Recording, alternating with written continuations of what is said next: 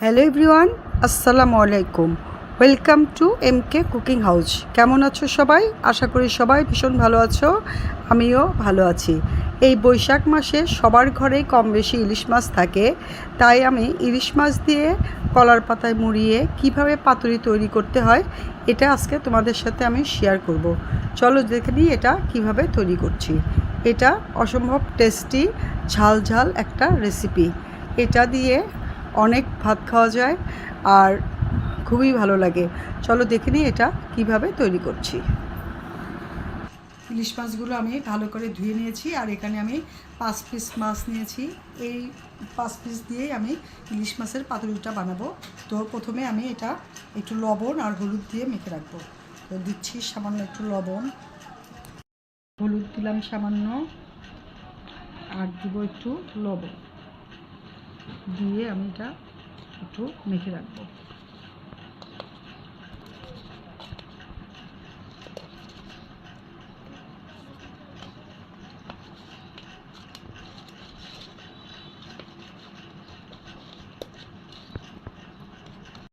লবণ আর হলুদ দিয়ে আমি মাছগুলা মেখে রেখেছি। এটা কিছুক্ষণ আমি ম্যারিনেট করব, আধা ঘন্টার মতো।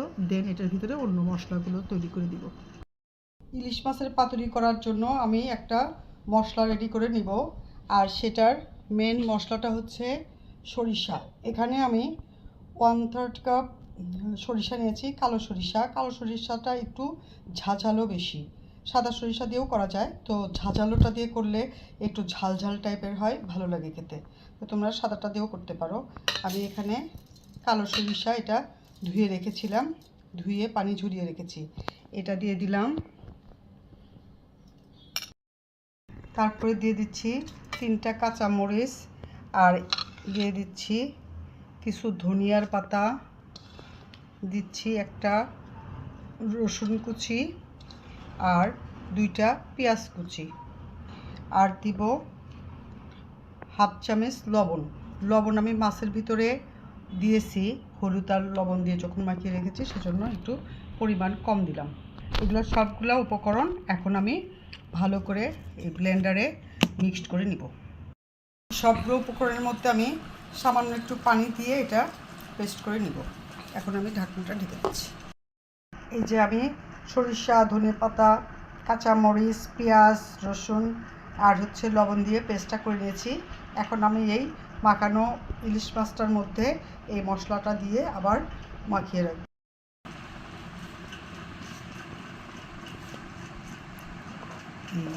পেস্টটা ইলিশ মাছের মধ্যে দিয়ে দিচ্ছি।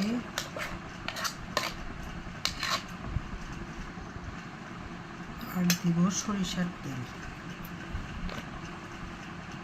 এই পাতুরিতে অবশ্যই সরিষার তেল ইউজ করতে হবে।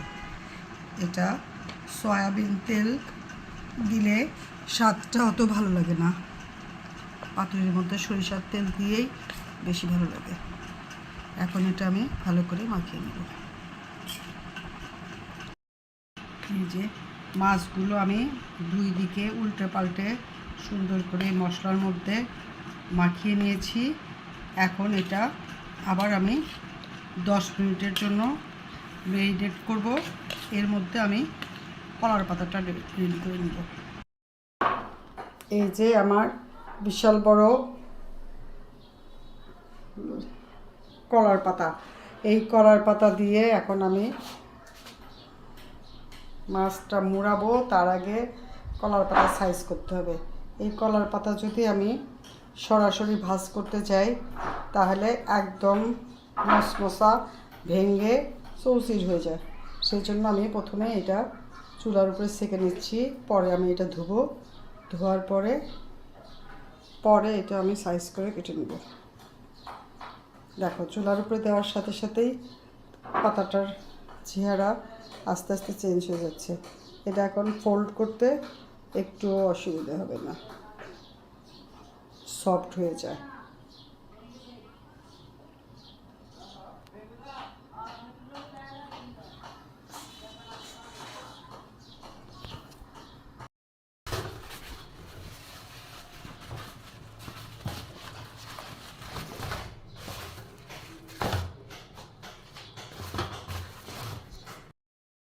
আমি কলার পাতাগুলো সুন্দর পিস পিস করে কেটে নিয়েছি, খুব সুন্দর। এখন ফোল্ডিং করলেও একটু ভেঙেও যায় না, কিছুই হয় না, একদম পুরো কাপড়ের মতো হয়েছে। এটা দিয়ে আমি এখন ইজিলি মাছটাকে পেঁচিয়ে রান্না করতে পারবো। কলার পাতাটা বিছিয়ে নিয়েছি। এখন প্রথমে আমি এই মশলার মিশ্রণটা আগে দিয়ে নিব, তারপরে একটা মাছ দিচ্ছি, আবার মশলার মিশ্রণ দেব,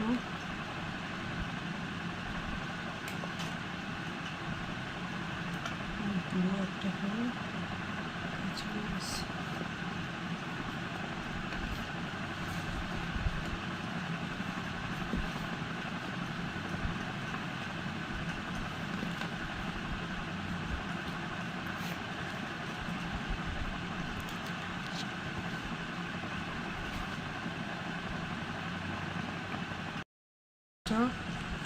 ভালো করে সুতা দিয়ে পেঁচিয়ে নেব।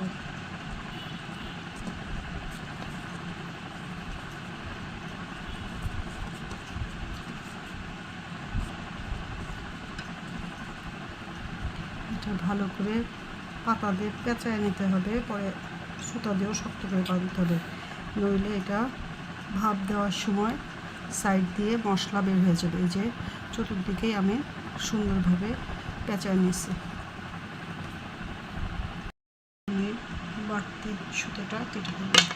এইভাবেই আমি সবগুলো মাছ পাতার মধ্যে পেঁচিয়ে নেব।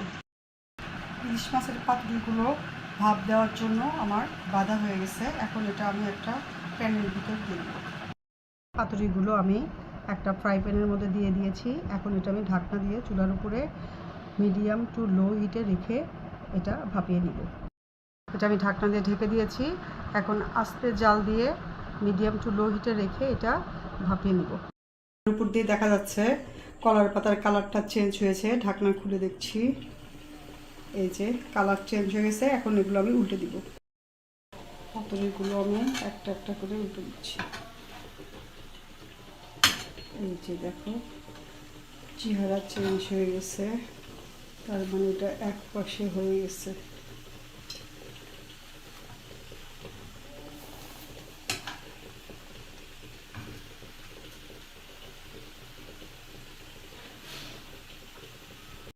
দিয়েছি, এখন এটা আবার ঢেকে দেব।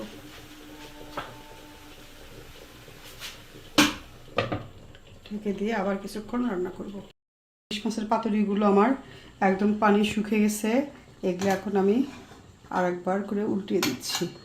দেখো দেখো পিছন দিয়ে একদম সুন্দরভাবে হয়ে গেছে। এটা এখন সার্ভ করে দিতে পারবো, মানে এটা হয়ে গেছে। একটু পরেই আমি এটা সার্ভ করে দিব। এই যে ইলিশ মাছের পাতুরিটা আমি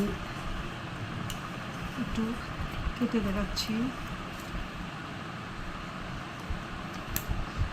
দড়িগুলো সব কেটে নিয়ে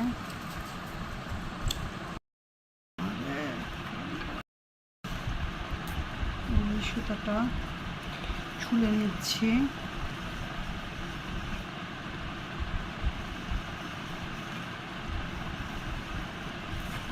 এখন এটা আমি তুলতেছি, দেখি ভিতরে কেমন হয়েছে।